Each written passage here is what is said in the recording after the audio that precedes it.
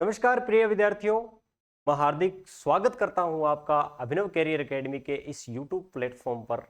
आपको पता है, विदित है कि अपने जो इस प्लेटफॉर्म पर चल रही है, अपने 4th ग्रेड की सीरीज चल रही है और उसके माध्यम से अपने सभी विषयों को लेकर आए हैं।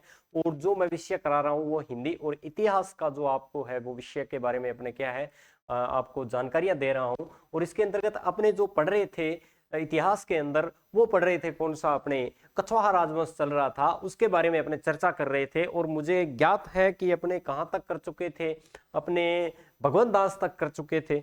और भगवंत दास के बाद में अपने बात करें उनके पुत्र की बात करें तो उनकी बात करेंगे और उनका नाम है क्या, मिर्जा राजा मानसिंह। देखिए, मिर्जा राजा मानसिंह को इतिहास के अंदर मानसिंह प्रथम के नाम से जाना जाता है। किस नाम से? मानसिंह प्रथम के नाम से जाना जाता है। उनकी चर्चा करेंगे, ठीक है ना। मिर्जा की उपाधि अकबर द्वारा दी गई थी, है ना। तो ये सारी की सारी फर्जंद भी कहा गया था, इसे दत्तक पुत्र भी कहा गया था अकबर का। तो ये बात कर लेंगे। और उससे पहले मैं आपको बता दूं कि इस YouTube प्लेटफॉर्म पर अपने जो क्लासेस चल रही है, ज्यादातर अभी वर्तमान के अंदर वो चल रही है, किसको समर्पित है? 4th ग्रेड को लेकर है। लगभग क्लासें इस पर डाल दी गई हैं। MCQ, PYQ, ये जो है ये सीरीज चलने वाली है अपनी, और कुछ एक विषयों की चल चुकी है। और उसकी सूचनाएं जैसे जैसे अपने आगे बात अपने जैसे चीजें डालते जाएंगे, उनका जो आपको जानकारी है, उनकी जानकारी है वो आपको पहले से उपलब्ध करा दी जाएगी। आपके पास नोटिफिकेशन आ जाएगा, टेलीग्राम के माध्यम से आपको बता दिया जाएगा।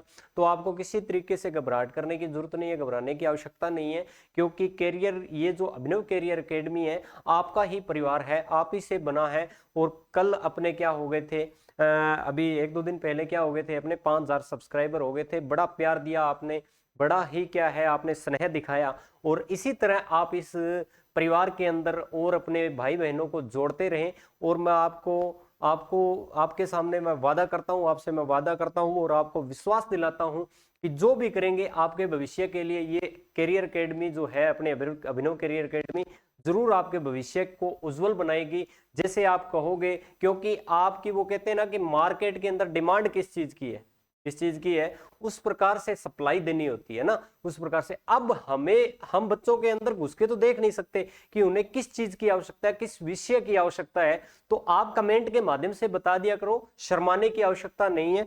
जैसी पॉसिबिलिटी बनती है वो हम अपने ऊपर से करने की प्रयास करेंगे, अपनी क्षमताओं से ज्यादा करने का प्रयास करेंगे जितना हो सका, ठीक है। तो याद रखना, अपने ये जो अभी क्लासेस चल रही है, ये 4th ग्रेड को लेकर है। और इतिहास में आज तक हम 4th ग्रेड में कर चुके हैं, वो कर चुके हैं प्रतिहारों की ऐतिहासिक घटनाएं कर चुके हैं। उसके बाद में हमने जितने भी चौहानों की शाखाएं थी उनकी ऐतिहासिक घटनाएं कर चुके हैं। उसके बाद में अपने मेवाड़ के अंदर गुहिल वंश की जितनी ऐतिहासिक घटनाएं थी वो कर चुके हैं। अब जो अपना चल रहा है बिंदु, वो चल रहा है कौन सा? कछवाहा राजवंश, ठीक है। और जल्द ही आपके सामने जो है वो कला संस्कृति के क्या है, PYQ और MCQ आने वाले हैं। सभी अपने 4th ग्रेड का जो सिलेबस है उसके अनुसार सभी विषयवार आने वाले हैं, ठीक है। तो घबराने की आवश्यकता नहीं है, ज्यादा से ज्यादा बच्चों को जोड़िए और समय को जाया ना करते हुए अपने बढ़ते हैं आज के बिंदु पर, और जिसका नाम है कछवाहा राजवंश पार्ट 2, ठीक है ना। अब इसका 2 पार्ट होगा, दो, एक ये और इससे पहले एक हो चुका है और एक और हो जाएगा। 3 पार्ट के अंदर कछवाहा राजवंश, मारवाड़ लगभग 1 या 2 के अंदर, बीकानेर 1 के अंदर हो जाएगा। बस राजवंश आपका आगे 3-4 क्लासों के अंदर क्लियर हो जाएगा। और उसके बाद में मॉडर्न हिस्ट्री है, वो आपकी 7-8-10 क्लास के अंदर हो जाएगी। ज्यादा लंबी करने की आवश्यकता नहीं है, क्योंकि अपने MCQ PYQ के अंदर कर लेंगे। जल्दी से अपने क्या है, ये PPT के माध्यम से आपको करवाया जा रहा है, लेकिन मैं करवाने को सीधा भी करवा सकता था बिना PPT के, क्योंकि अपने पास समय नहीं है। चीजें वही पढ़नी है जो अपने एग्जाम में आए, चीजें वही पढ़ेंगे जो अपनी एग्जाम में आएंगी। विश्वास दिलाता हूं, कंटेंट पर विश्वास बना के रखो, एग्जाम में डेफिनेटली देखने को मिलेगी ये चीजें। और आपको स्क्रीनशॉट दिखाएगा प्रत्येक टीचर यहां पर आकर, क्योंकि आपका परिवार है ये, और आपका परिवार है तो अच्छा परिवार है। देख लो, परिवार आपका है ना, तो परिवार कैसा है? अच्छा परिवार है। तो याद रखना कि विश्वास बना के रखो। आज जो अपने चल रहे हैं वो पढ़ेंगे अपने मिर्जा राजा मान सिंह के बारे में। देखिए, मिर्जा राजा मान सिंह की बात कर लें। मिर्जा राजा मान सिंह की बात कर लेते हैं, थोड़ी सी एक बार चर्चा कर लेते हैं। देखिए, वैसे ही थोड़ी सी इसकी जानकारी ले लेते हैं कि कौन था व्यक्ति, ये क्या था। देखिए, मिर्जा राजा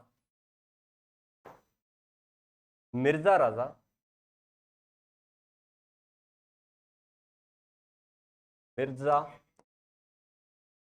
राजा मान सिंह। मिर्जा राजा मान सिंह की बात कर लेते हैं अपने। मिर्जा राजा मान सिंह की बात कर लें तो मिर्जा राजा जो मान सिंह है, इसका एक अन्य नाम भी हमें देखने को मिलता है, और वो क्या है, आप इसे मान सिंह प्रथम के नाम से भी क्या है बुला सकते हो। ये इसके नाम है। ये जो इनके पिता का नाम था, इनके पिता का जो नाम था, इनके पिता का नाम था भगवंत दास। इनके पिता का नाम क्या था? भगवंत दास। इनके पिता का नाम क्या था?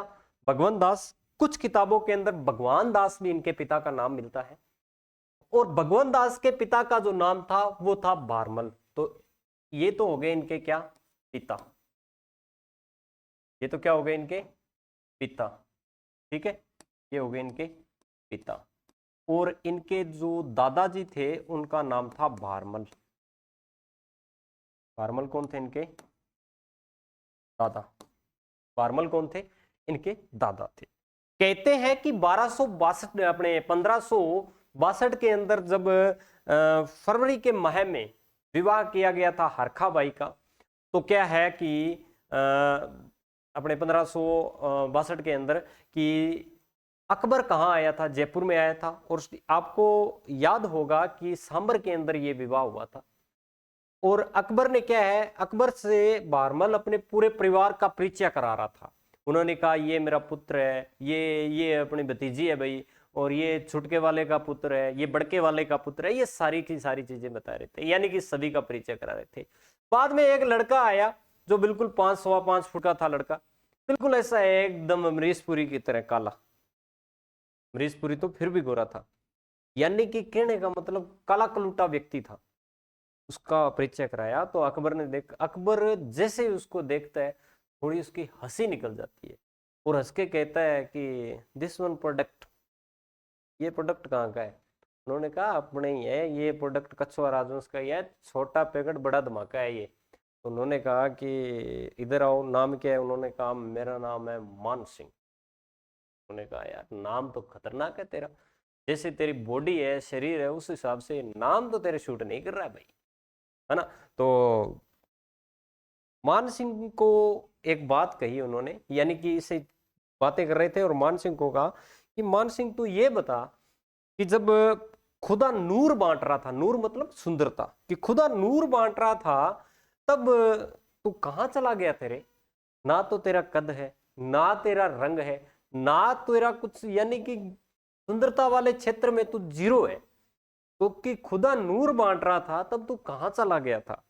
तो मान सिंह बड़ा ही मुस्कुराकर जवाब देता है, और मुस्कुराकर बोला कि सम्राट जी, अकबर जी, जिस समय खुदा नूर बांट रहा था ना, तो उस समय मैं क्या है, नूर वाली लाइन में तो गया नहीं, बहादुरी वाली लाइन में चला गया था। किसमें चला गया था? बहादुरी वाले में, यानी कि वीरता वाली लाइन के अंदर चला गया था, और मुझे नूर की आवश्यकता नहीं थी, मैं बहादुरी वाली लाइन में चला गया था। गलती से आप बहादुरी वाली लाइन से हटकर किस में चले गए थे? किसमें चले गए थे आप? नूर वाली लाइन के अंदर चले गए थे। उसने भी सामने से टोटका मार दिया। तो अकबर बड़ा प्रभावित हुआ। अकबर ने कहा कि बंदा काम है, बंदा तो गंदा है लेकिन बंदा काम का बंदा है, ये शक्ल का तो अच्छा नहीं है लेकिन है बहादुर। तो क्या है कि मिर्जा राजा मान सिंह को जब 1562 की बात है कि 1562 में क्या किया कि ये जो मिर्जा राजा मान सिंह है ना, अकबर के दरबार में चला गया। अकबर साथ में ले गया भाई, अकबर के दरबार में चला गया।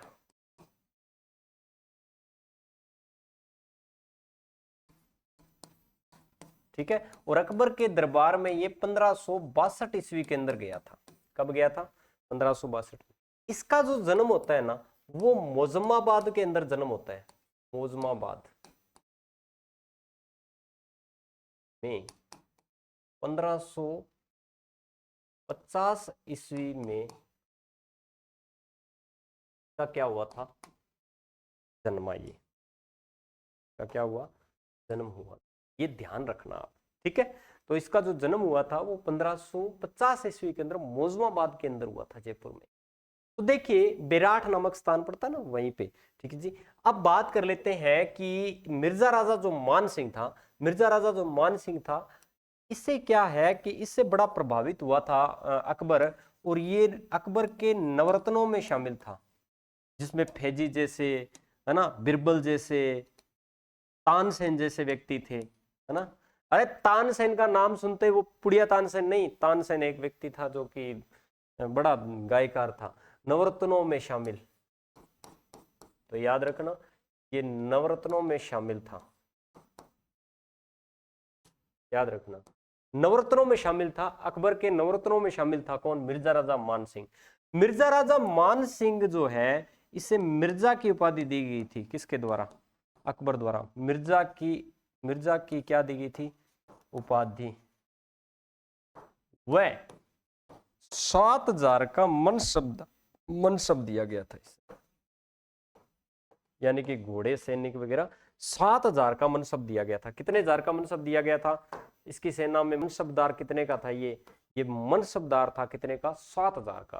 कहते हैं कि पूरे इतिहास के अंदर राजपूतों में 7,000 का मनसब अगर किसी के पास था तो मिर्जा राजा मान सिंह के पास था।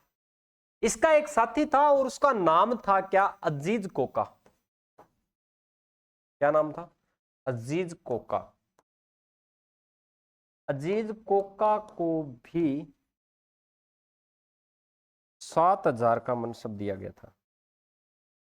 तो याद रखना इसका एक मुस्लिम साथी था और जिसका नाम था अजीज कोका। तो याद रखना कोका 7,000 का, कोका तेरा सतरंग का 7,000 का, कोका तेरा सतरंग का 7,000 का। तो याद रखना अजीज कोका को 7,000 का मनसब था और मिर्जा राजा मान सिंह को क्या था? 7,000 का मनसब प्राप्त हुआ। और अकबर इतना प्रभावित हुआ कि इसने क्या कहा था? इसे फजंद की उपाधि दी थी।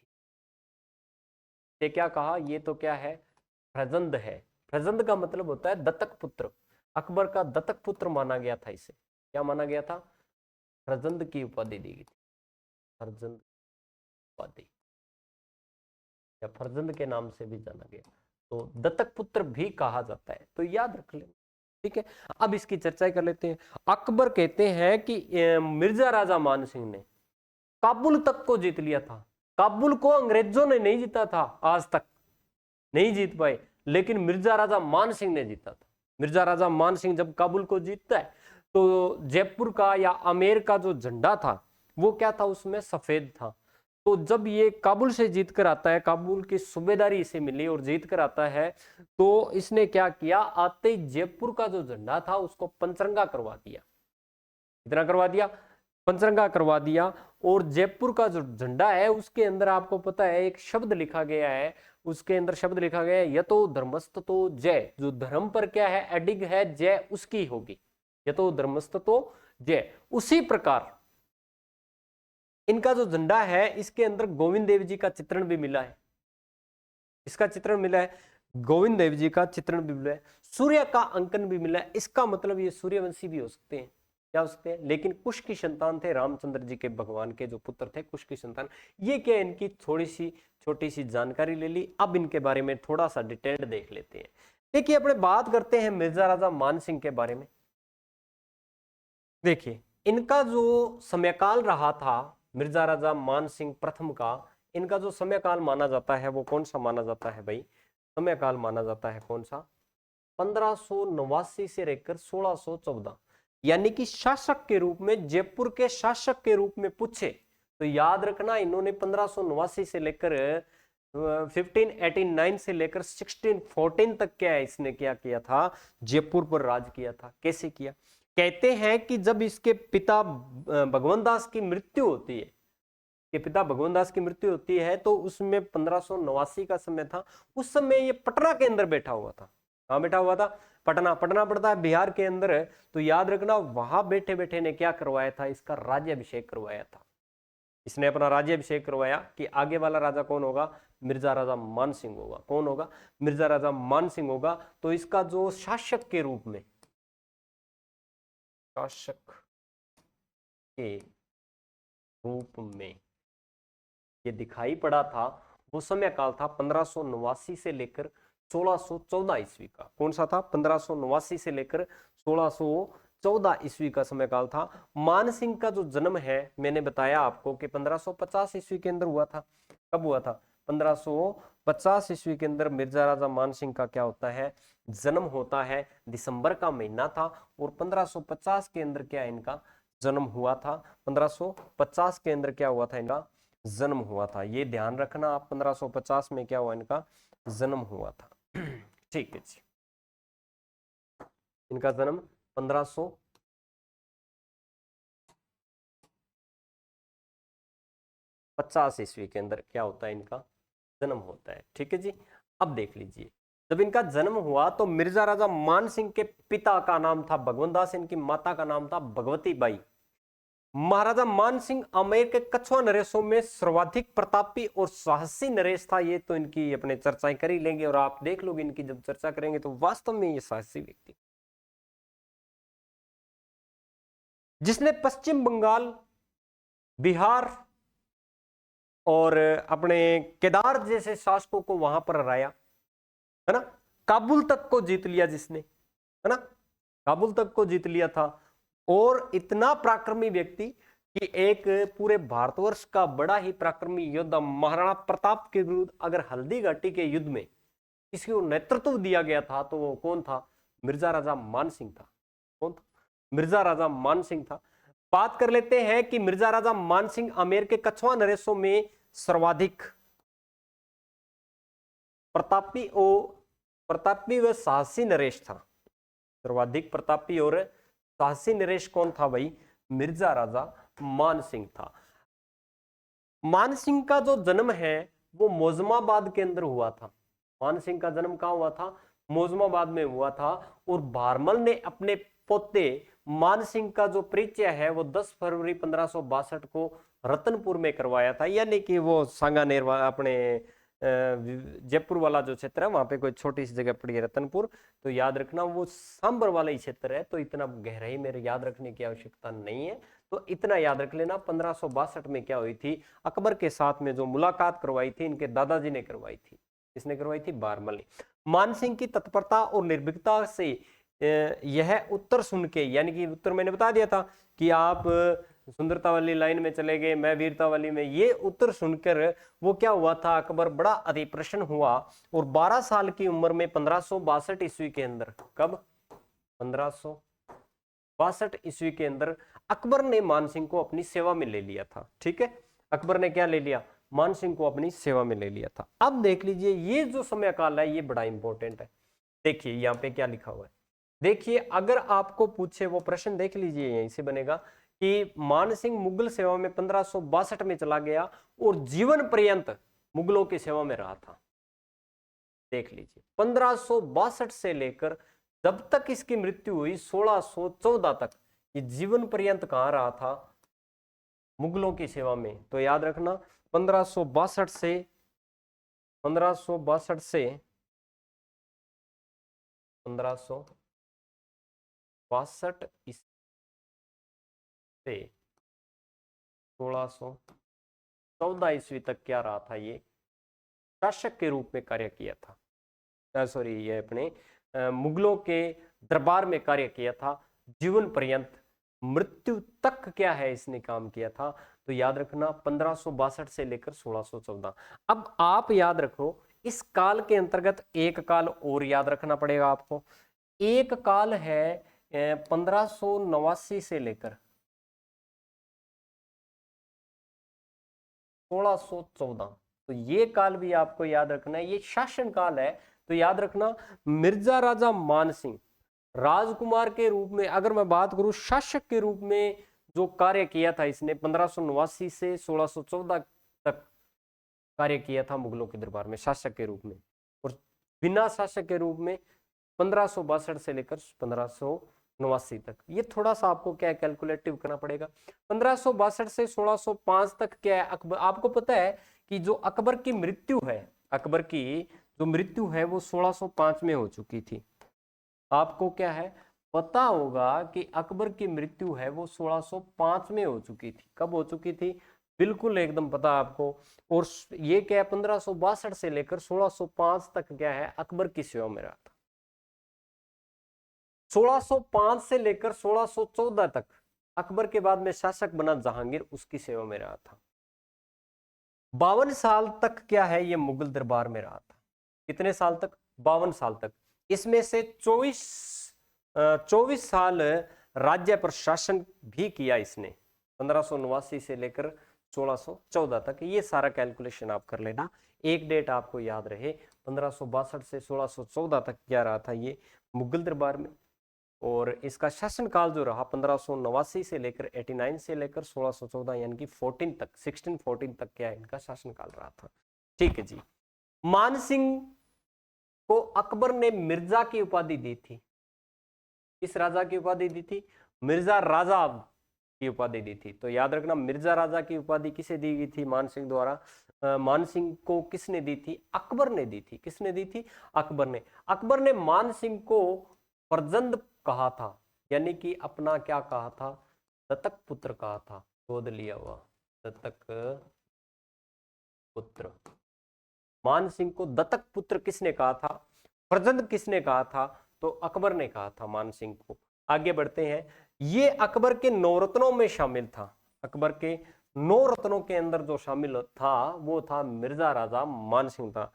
तो देख लीजिए कि अकबर के 9 स्तंभ, कुछ भी दिक्कत हो तो अकबर सबसे पहले उनको बुलाएगा। सर्वोच्च श्रेणी के जो व्यक्ति थे उन्हें बनाया जाता था नवरत्न। ठीक है, तो उनमें एक व्यक्ति कौन था? मिर्जा राजा मान सिंह था। कौन था? मिर्जा राजा मान सिंह, वही 5 सवा 5 फुट वाला व्यक्ति। अकबर के दरबार में मान सिंह को 7000 की मनसबदारी दी गई थी। ये भी इंपॉर्टेंट है। और ऐसी जो मनसबदारी है अजीज कोका को भी दी गई थी। अजीज कोका। और सबसे ज्यादा राजपूतों में अगर किसी ने मुगलों से मनसब प्राप्त किया था तो व्यक्ति कौन था? तो याद रखना, मिर्जा राजा मान सिंह ही था। कौन था? मिर्जा राजा मान सिंह।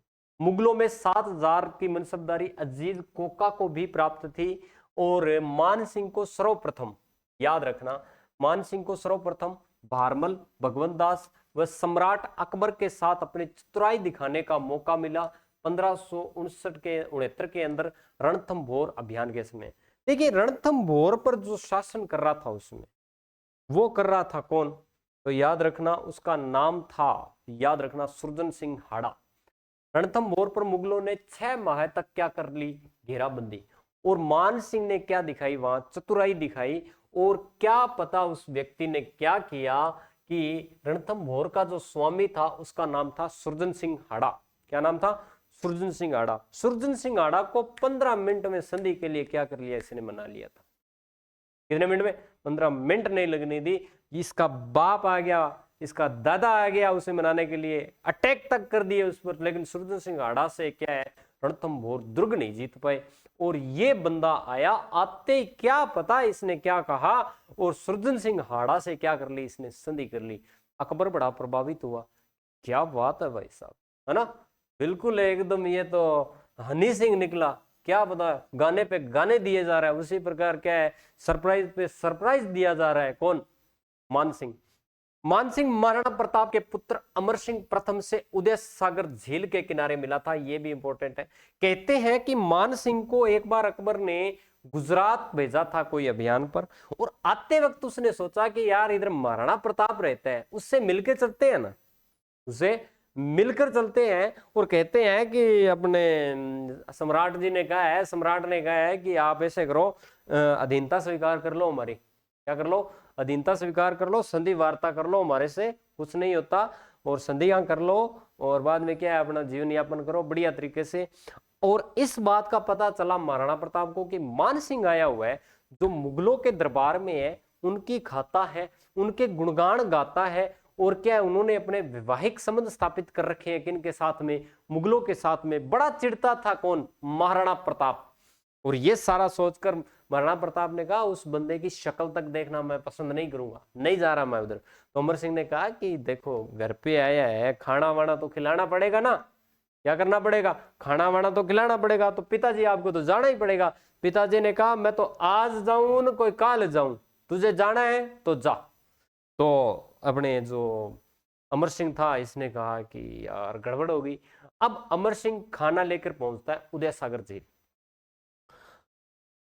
और वहां पहुंचने पर मान सिंह पूछता है कि महाराणा नहीं आए भाई? तो उन्होंने कहा पिताजी की तबीयत खराब है, खाना अपने खाते हैं, सुबह मिलते हैं पिताजी से, आराम से वार्ता करेंगे, सुबह चले जाना। और मिर्जा राजा मान सिंह तुरंत वहां से खड़ा हुआ और दिल्ली आ गया। कहाँ आ गया? और दिल्ली आ गया, और आकर अकबर को कहता है कि जब भी चित्तौड़गढ़ पर या मेवाड़ पर या महाराणा प्रताप पर अटैक करना हो तो सबसे पहले मुझे जाने देना, सबसे पहले मुझे जाने देना, मुझे मौका देना, मैं आपके विश्वास पर क्या उतरूंगा, खरा उतरूंगा। यानी कि इसने पहले ही सीट बुक कर ली थी हल्दी घाटी युद्ध की कि कभी भी युद्ध हो तो मैं जाऊंगा, आप मुझे क्या नेतृत्व देना। उसने मेरी बेइज्जती करी है, इतना बड़ा योद्धा हूं मैं, कद का नहीं हूं, तो भाई साहब क्षमताएं बहुत है मेरे में, आप एक बार देखो तो सही। ठीक है, तो ऐसी बात किसने कही? मान सिंह ने कही थी, और मान सिंह से लगभग प्रभावित हो भी चुका था अकबर। हल्दी घाटी का जो युद्ध है उसके बारे में अपने चर्चा कर चुके थे, ज्यादा डिटेल पढ़ने की आवश्यकता नहीं है कि 18 जून 1576 को हल्दी घाटी युद्ध हुआ था। गोगुंदा और अपने खमनोर की पहाड़ियों के मध्य हल्दी घाटी जो पड़ती है उसके अंदर युद्ध हुआ था। और हल्दी घाटी युद्ध जो कि निर्णायक युद्ध हुआ था उसके अंदर मान सिंह ने मुगल सेना का नेतृत्व किया। देख लीजिए, अब कुछ ग्रंथ अनिर्णायक बताता है, गोपीनाथ शर्मा तो कहते हैं कि महाराणा प्रताप ही जीत गया था। तो ऐसी चीजें हैं, और गोपीनाथ शर्मा जो है वो 21 जून बताता है।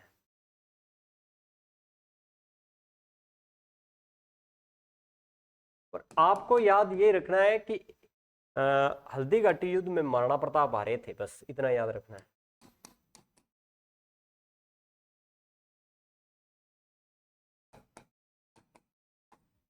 ठीक है, अब देख लीजिए 1581 में मिर्जा हाकिम को परास्त कर मान सिंह को काबुल का शासन सौंपा गया था। इंपॉर्टेंट देख लीजिए, काबुल का जो प्रशासक था उसका नाम 1581 में क्या है, इसे काबुल अभियान पर भेजा गया था। 1576 के अंदर 18 जून 1576 को हल्दी घाटी भेजा गया था। हल्दी घाटी के युद्ध के अंदर इनका एक मुस्लिम साथी था, आसफ खां भी इनके नेतृत्वकर्ताओं में से एक था। तो हल्दी घाटी का जो पूरा नेतृत्व दिया गया था मिर्जा राजा मान सिंह को दिया गया था, और इनका एक सहायक के रूप में व्यक्ति भेजा गया था मिर्जा राजा मान सिंह का, उसका नाम था आसफ खां। मेहतर खां के बारे में पता है, जिसने झूठी अफवाह फैलाई थी कि अकबर आयो रे, अकबर आयो रे, उस वजह से क्या जो सेना थी उसके अंदर क्या जोश भर गया था। क्या हो गया था? जोश भर गया था। और जोश भरने के बाद में क्या है कि मुगल की सेना ने क्या कर दिया था, मुगलों की सेना ने अटैक करना दोहरी गति से शुरू कर दिया, और राजपूत क्या है उस सेकंड अटैक के अंदर क्या है दबने लगे। और देख लीजिए फिर आया 1581 का, आपको पता है संधि प्रस्ताव के रूप में भी गया था मिर्जा राजा मान सिंह। ठीक है, देख लीजिए जून 1576, देखिए जून 1573, जून 1574 याद रखना। देखिए 1581 ईस्वी में मिर्जा हाकिम नाम का एक व्यक्ति था। क्या नाम था? मिर्जा हाकिम नाम का एक व्यक्ति था, जो कहां का प्रशासक था? काबुल का था। उसे परास्त किसने कर दिया? मान सिंह ने। और बाद में क्या है, यहां का प्रशासन किसे सौंपा गया था?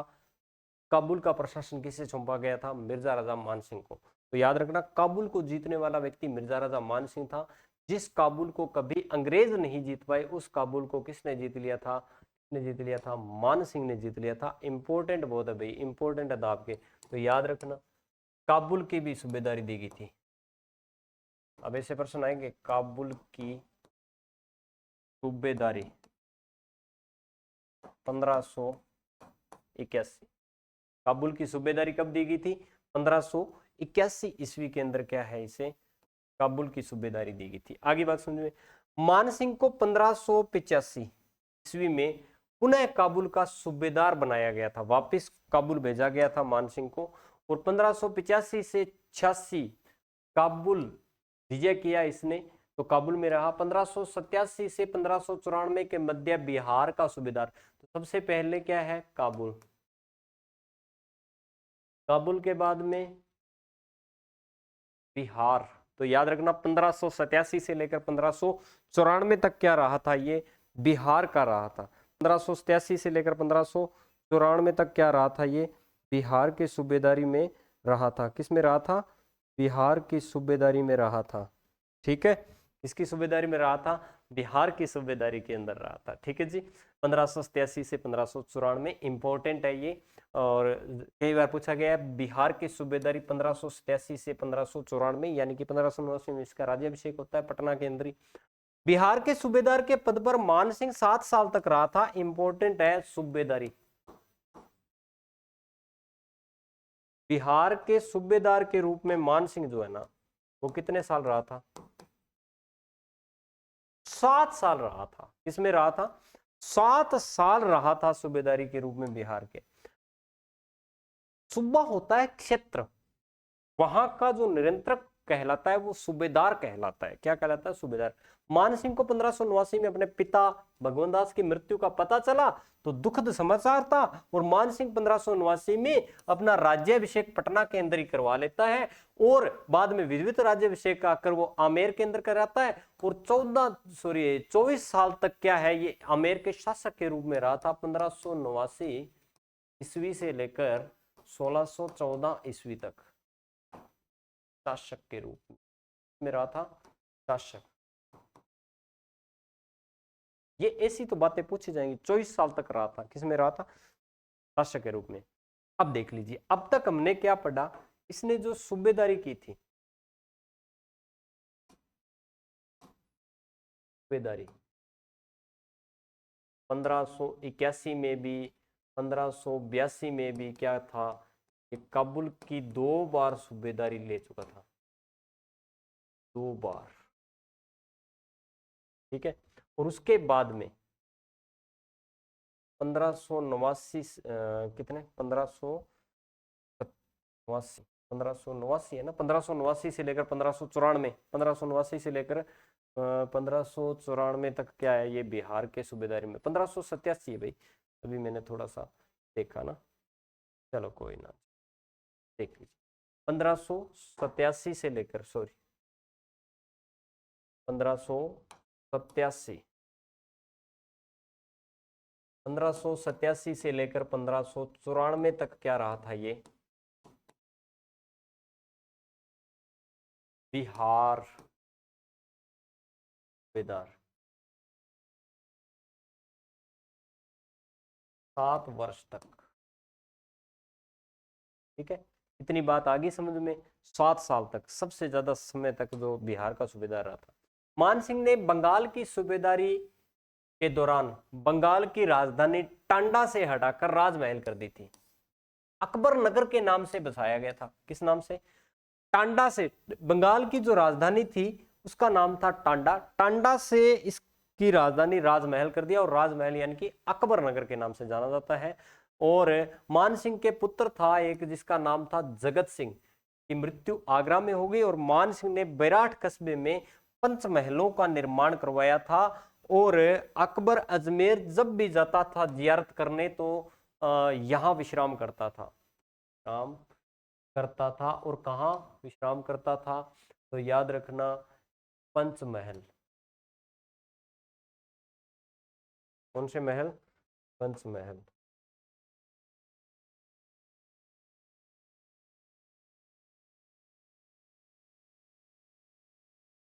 कौन से, पंचमहल। 1592 में मान सिंह ने आमेर महलों का निर्माण करवाया था। 1592 में अपने मान सिंह ने आमेर महलों का निर्माण करवाया था। 1592 में आमेर के महल बनवाए। मान सिंह ने 1604 में बंगाल के केदार को हराया था, बंगाल के केदार को हराया था। अब हमने क्या पढ़ा कि सूबेदारी में इसने एक और की, कि बंगाल की सूबेदारी। देख लीजिए कहाँ का सूबेदार, बंगाल का सूबेदार। ठीक है, कहाँ का, बंगाल का सूबेदार, और उड़ीसा का भी सूबेदार।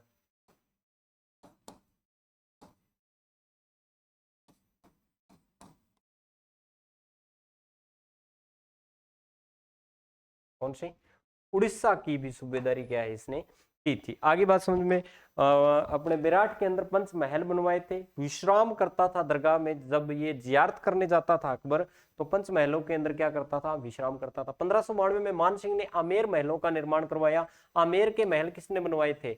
मान सिंह ने बनवाए थे। मान सिंह ने 1604 में बंगाल का एक शासक था, उसका नाम था केदार, तो याद रखना बंगाल के शासक केदार को हराया था।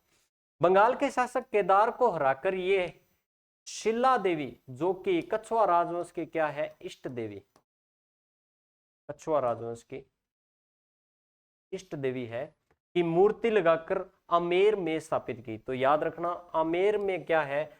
शिला देवी की मूर्ति लगी हुई है, जो कि आमेर के कछवा राजवंश की क्या है? इष्ट देवी है। तो इसकी जो मूर्ति लेकर आया था, बंगाल के केदार को हराकर लेकर आया था। बंगाल से कौन? मिर्जा राजा मानसिंह। इंपॉर्टेंट प्रश्न है, कौन लेकर आया? मिर्जा राजा मानसिंह। किससे लेकर आया? केदार से। केदार कहाँ का शासक था?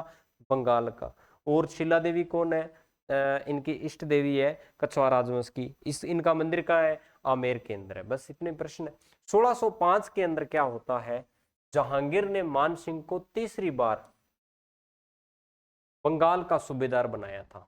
1605 में जहांगीर ने तीसरी बार बंगाल का सूबेदार बनाया था। कितनी बार? तीसरी बार। तो याद रखना ये जो बंगाल का सूबेदार है ना, 3 बार बना। 2 बार अकबर,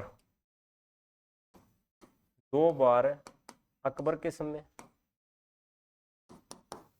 1 बार जहांगीर के समय। ठीक है, तो याद रखना बंगाल के केदार को हराया और तीसरी बार बंगाल का क्या बनाया गया था? सूबेदार 1605 में। अकबर ने मान सिंह को, याद रखना अकबर ने मान सिंह को काबुल, बिहार, बंगाल इनकी सूबेदार नियुक्त किया था, उनकी सूबेदारी दी। अकबर ने अपने, देख लीजिए यहां पर आपको याद रखना है, गुजरात की कभी भी सूबेदारी नहीं की। गुजरात की कभी भी सूबेदारी नहीं की थी। इंपॉर्टेंट है, ये प्रश्न आएगा कि मिर्जा राजा मान सिंह ने निम्नलिखित में से किस क्षेत्र की सूबेदारी की थी या नहीं की थी? तो एक गुजरात वाला ऑप्शन कंफर्म आता है, 2-3 बार आ गया, तो गुजरात की कभी नहीं की थी।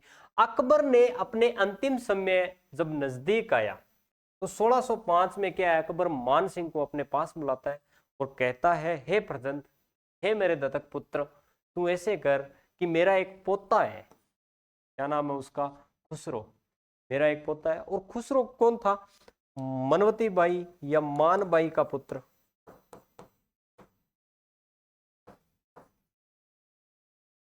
मान बाई का पुत्र था, क्योंकि जो जहांगीर था ना, ये नशेड़ी टाइप का व्यक्ति था। ये शुरू में ज्यादा ध्यान देता था, यानी कि रसीला व्यक्ति था ये, है ना। इसको कोई ज्यादा मतलब नहीं था। इसका बचपन का नाम था जो था सलीम। क्या नाम था? सलीम। ये अनारकली के चक्कर में था, अनारकली के चक्कर में था। कभी इंडियन हिस्ट्री कराएंगे तो वहां कराएंगे। तो ये अनारकली के चक्कर में था और इससे अकबर को लग रहा था कि जहांगीर एक अच्छा शासक नहीं बन सकता कभी, इसलिए इसने कहा कि ऐसे कर, तू जो मनवती बाई जो तेरी बहन थी ना, मान बाई, उसका एक पुत्र है जिसका नाम है खुसरो। खुसरो को क्या है, तो खुसरो का संरक्षक बन जा। क्या बन जा? संरक्षक बन जा, और उसे अगला शासक उसे नियुक्त करेंगे। तो उसकी जो केयर करने के लिए, उसकी प्रोटेक्शन करने के लिए, खुसरो की प्रोटेक्शन करने के लिए अगर किसी व्यक्ति को नियुक्त किया गया था अपने अकबर द्वारा, तो वो था कौन? मिर्जा राजा मान सिंह था। 1605 में जब अकबर मान सिंह को 7,000 का जात और 6,000 का सवार जो है मनसब दे देते हैं। तो ये जो 7,000 का मनसबदारी दी गई थी ना अकबर द्वारा, ये 1605 ईस्वी के अंदर दी गई थी। कब दी गई थी? 1605 ईस्वी के अंदर दी गई थी। जहांगीर ने बादशाह बनने के पश्चात अकबर के मनसब को कम कर दिया था, क्योंकि ये किसके संरक्षण में था? किसका संरक्षण कर रहा था? तो याद रखना खुसरो का। खुसरो को शासक बनाना चाहता था, है ना। तो उस वजह से क्या, जहांगीर थोड़ा सा क्या है, इसे ऐसे मुंह भी फेर लिया था इसने। इस वजह से क्या है, जहांगीर ने क्या किया कि इसका जो मनसब है वो क्या है, घटा दिया था। 1611 ईस्वी की बात कर लेता हूँ। 1611 ईस्वी में 1611 ईस्वी में जहांगीर ने मान सिंह को अहमदनगर, जो कि दक्षिण भारत के अंदर पड़ता है,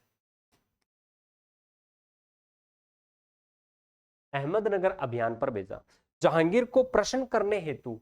अब क्या है, जहांगीर क्या है, बिल्कुल ऐसे प्रश्न नहीं था मान सिंह से। तो इसे प्रश्न करने के लिए मान सिंह ने क्या कार्य किया, मान सिंह ने अपनी पोती, जो कि जगत सिंह की पुत्री थी, मान सिंह का एक पुत्र था जिसका नाम था जगत सिंह, इसकी एक पुत्री थी, उसके साथ जहांगीर से क्या कर दिया इसने, के बदले में जहांगीर ने एक अपने विवाह कर दिया था। तो याद रखना, अपनी पोती का विवाह किसके साथ किया था, तो याद रखना जहांगीर ने फिर क्या किया, मान सिंह ने अपनी पोती का विवाह, जगत सिंह की पुत्री का विवाह किससे कर दिया भाई, किससे कर दिया, तो याद रखना जहांगीर से। अनारकली डिस्को चली सलीम, वही सलीम, कौन सा सलीम, वही सलीम, अनारकली डिस्को चली, अनारकली के चक्कर में था कौन, जहांगीर। इस वजह से खुसरो को बनाना चाहता था, खुसरो बना नहीं, तो जहांगीर को खुश करने के लिए वापिस मान सिंह ने अपनी पोती जगत सिंह की पुत्री का विवाह किसके साथ कर दिया भाई, जहांगीर के साथ में।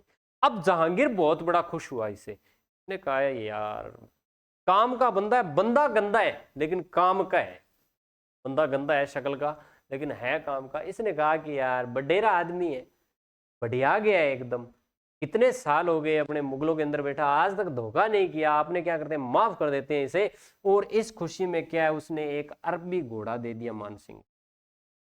और मान सिंह का एक पुत्र था, उसका नाम था भाव सिंह। क्या नाम था, भाव सिंह को 2000 की मनसबदारी दी गई थी। कितने हजार की, 2000 की मनसबदारी दी गई थी। इंपॉर्टेंट है, भाव सिंह को 2000 की मनसब। मान सिंह ने अकबर ने एक ना धर्म बनाया और उसका नाम था दीन-ए इलाही धर्म। कौन सा, दीन-ए इलाही धर्म को इसने कभी भी स्वीकार नहीं किया था अकबर, मान सिंह ने। और उसने कहा अल्लाह ने जब दिल पर मोहर लगा दी है हिंदू धर्म की, तब मैं उसको तोड़ने की गुस्ताखी क्यों करूं। उसे कहा गया कि आप इलाही धर्म कबूल कर लो, मुस्लिम धर्म में आ जाओ कन्वर्ट होकर। तो उन्होंने कहा जब भगवान ने क्या है मुझे हिंदू बना ही दिया, हिंदू परिवार के अंदर जन्म दे दिया, तो अब मैं क्यों गुस्ताखी करूं किसी अन्य धर्म के अंदर जाने की, इससे बड़ा मूर्ख कोई नहीं हो सकता। हाँ वो है, आपके खाते हैं पीते हैं, आपके दरबार में रहते हैं, वफादारी आपकी अलग है, और मेरा जो धर्म है, मेरी जो विचारधारा है वो अलग है। आपके प्रति मेरी वफादारी हमेशा थी, है, रहेगी, है ना। तो ये बात किसने कही थी, मिर्जा राजा मान सिंह ने कही थी। और बंगाल में मान सिंह ने अकबर नगर बसाया था, बंगाल में मान सिंह ने अकबर नगर बसाया था, जिसे राजमहल के नाम से जाना जाता है। आपको पता है जब बंगाल की सूबेदारी पर भेजा गया था, तो बंगाल का जो राजधानी थी वो थी टांडा। टांडा से राजमहल जो बनाने वाला राजा था, व्यक्ति था, वो था मान सिंह। और मान सिंह ने राजमहल को अकबर नगर के नाम से भी जाना है। आमेर में मान सिंह ने शिला माता का मंदिर बनवाया था। इसका मंदिर, शिला माता का मंदिर बनवाया था। और ये जो शिला देवी की जो मूर्ति है वो बंगाल के केदार से लेकर आया था कौन, मान सिंह, और आमेर में स्थापित की। पुष्कर में मान सिंह ने मान महल का निर्माण करवाया था। देखिए मान महल है पुष्कर के अंदर, मान महल कहाँ है, पुष्कर के अंदर।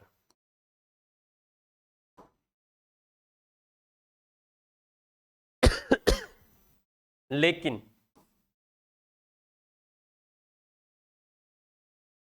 पंचमहल है कहां पर,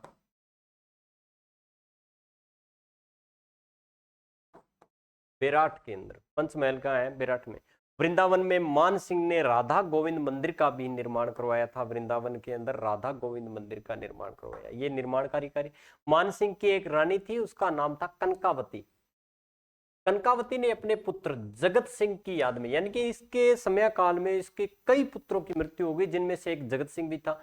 जगत सिंह की एक मान सिंह की एक रानी थी जिसका नाम था कनकावती। कनकावती की कोख से जो जन्मा था वो था जगत सिंह। जगत सिंह की याद में कनकावती ने जगत शिरोमणि मंदिर का निर्माण जयपुर में करवाया था। इंपॉर्टेंट है, तो याद रखना, जगत शिरोमणि मंदिर का निर्माण जगत सिंह की याद में मान सिंह की पत्नी कनकावती द्वारा करवाया गया था। जगत शिरोमणि मंदिर को मीरा मंदिर के नाम से भी जाना जाता है। किस मंदिर के नाम से? यही तो आपके इंपॉर्टेंट है। इस नाम से, यही तो आपके क्या है, इंपॉर्टेंट है। और इस मंदिर में कृष्ण की प्रतिमा भी लगी हुई है। किसकी लगी हुई है?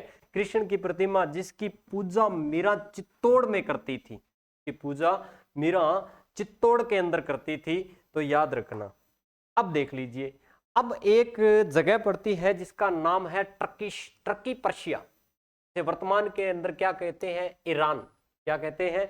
ईरान। ईरान की अगर बात कर लूं, तुर्की या पर्शियन की बात कर लूं, तो अकबर ब्लू पोट्री तथा मीनाकारी कला लाहौर लेकर आया था। देख लीजिए, एक कला होती है जिसका नाम है ब्लू पोट्री। बड़ी अच्छी कला होती है ये। ब्लू पोट्री के अंदर क्या होता है? पोट्री का मतलब क्या होता है? मिट्टी। पोट्री का मतलब ही क्या होता है? मिट्टी। ब्लू पोट्री यानी कि नीली मिट्टी। तो चीनी के बर्तन आते हैं ना, तो चीनी के बर्तन आते हैं, उन बर्तनों के ऊपर क्या है, नीले रंग का क्या चित्रांकन किया जाता है। किस रंग का? नीले रंग का। तो इसी कारण उन बर्तनों को क्या कहते हैं, उनके ऊपर जो चित्रांकन किया जाता है उन्हें बोलते हैं ब्लू पोट्री के बर्तन। क्या बोलते हैं? ब्लू पोट्री के बर्तन। जयपुर के बड़े मशहूर हैं भाई। आपको पूछेगा कि राजस्थान में ब्लू पोट्री कहां की प्रसिद्ध है? जयपुर की। ब्लैक पोट्री कहां की प्रसिद्ध है? कोटा की। इस प्रकार से पूछेगा। तो देख लीजिए, ब्लू पोट्री की बात करें तो ब्लू पोट्री मूल रूप से है, वो कहां की है? ईरान की है। ईरानी यानी कि तुर्की और पर्शिया की है। कहां की है? तुर्की और पर्शिया की है। लेकिन ईरान गया हुआ था अकबर, तो याद रखना, अकबर लाहौर लाया। अकबर लाहौर लाया। क्या किया? अकबर क्या है, लाहौर लेकर आया। और अकबर के दरबार में था मिर्जा राजा मान सिंह। कौन था? अब लाहौर से जयपुर लाया। लाहौर से जयपुर मान सिंह लाया।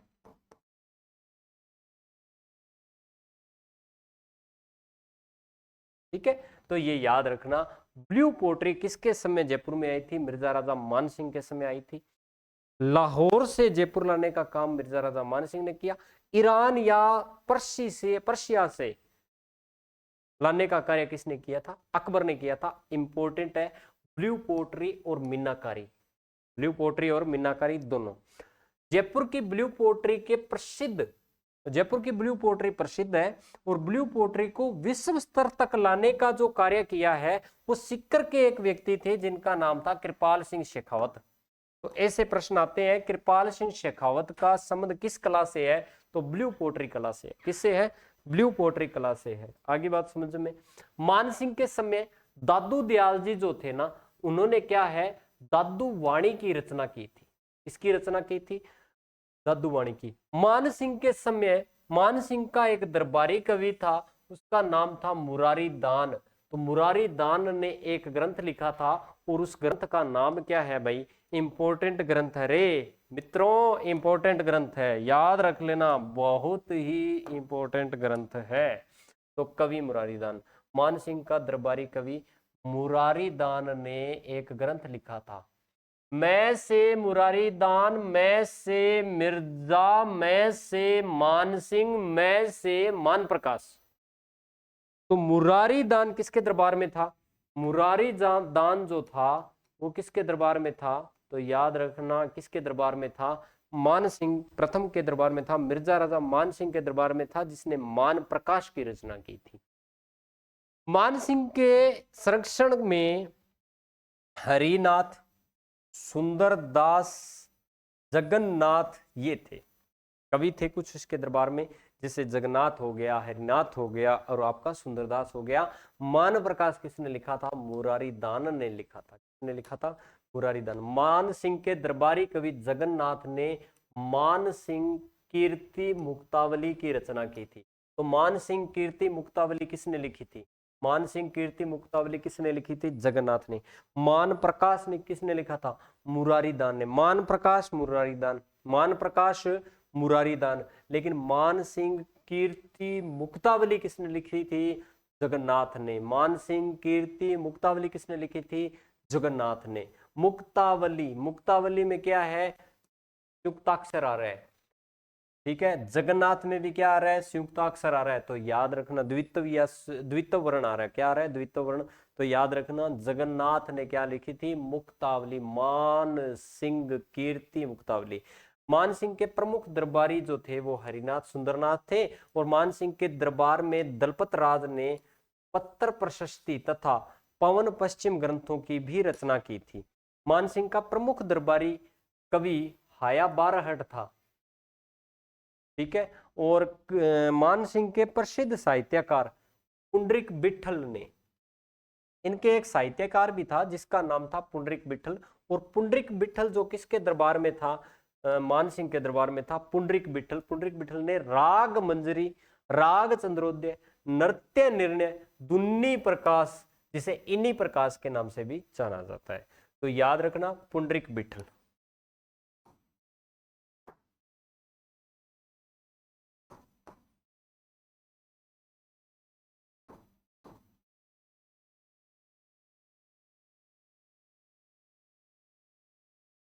विट्ठल,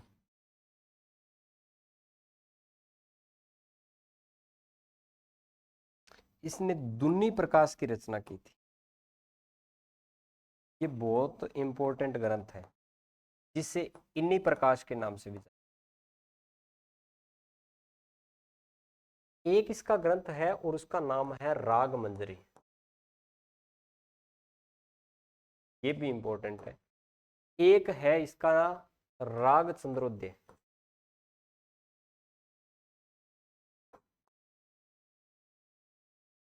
एक इसका ग्रंथ है नर्तन निर्णय।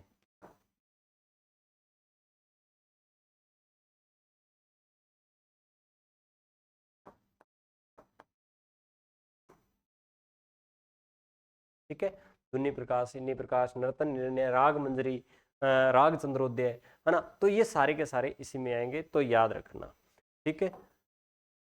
अच्छा, इसके दरबार में हाया अपने पुंडरीक विट्ठल था जिसने दुन्नी प्रकाश लिखा, जिसे इन्नी प्रकाश ने राग मंजरी लिखा। इंपॉर्टेंट है बहुत ज्यादा। राग चंद्रोदय व नृत्य निर्णय किसने लिखा था? तो याद रखना किसने लिखा था रे? पुंडरीक विट्ठल ने लिखा था। पुंडरीक विट्ठल ने लिखा था। अच्छा, जगन्नाथ ने क्या लिखा था भाई? मान सिंह कीर्ति मुक्तावली। क्या लिखा था? मान सिंह कीर्ति मुक्तावली जगन्नाथ ने लिखा था। अच्छा, मान प्रकाश किसने लिखा था भाई? अरे मुझे तो नहीं याद आ रहा रे। अरे बता दो रे, बता दो, बताओ बताओ बताओ बताओ, बोल के बताओ कि मान प्रकाश किसने लिखा था? अच्छा अच्छा, मुरारी दान ने लिखा था। किसने लिखा था? मुरारी दान ने लिखा था। आगे बात समझ में। चलो, 1614 में मान सिंह दक्षिणी विजयों की ओर गया तो दक्षिण में मान सिंह मलिक अंबर जो कि अहमदनगर का वजीर था उसके विरुद्ध सफलता प्राप्त की। और मान सिंह का दरबारी था मुरारी दान जिसने मान प्रकाश लिखा। इस ग्रंथ की क्या अपने चर्चा कर चुके हैं। मान सिंह के संरक्षण में हरिनाथ, सुंदरदास, जगन्नाथ थे और मुक्तावली, ये दोबारा लगी स्लाइड है ना, कोई बात नहीं। और मान सिंह का दरबारी कवि हाया बारहट, ठीक है जी। दुन्नी प्रकाश, ये अपने क्या है, दोबारा लगी ना, प्राप्त नहीं कर सकता 3 पत्रों। अच्छा अच्छा, ठीक है जी। मान सिंह के 3 पुत्र थे। कितने थे? 3 पुत्रों की मृत्यु उसके जीवन काल में हुई जिससे मान सिंह पूरा टूट गया था तथा एलिचपुर, एलिच है ये, क्या है? एलिचपुर जिला अहमदनगर महाराष्ट्र में मान सिंह की 6 जुलाई 1614 में क्या हो गई थी? मृत्यु। क्या हो गई थी? मृत्यु हो चुकी थी। किसकी? मान सिंह ने काबुल में, जहां अंग्रेज भी नहीं विजय प्राप्त कर पाए, वहां क्या है, मान सिंह ने सफलता प्राप्त की थी।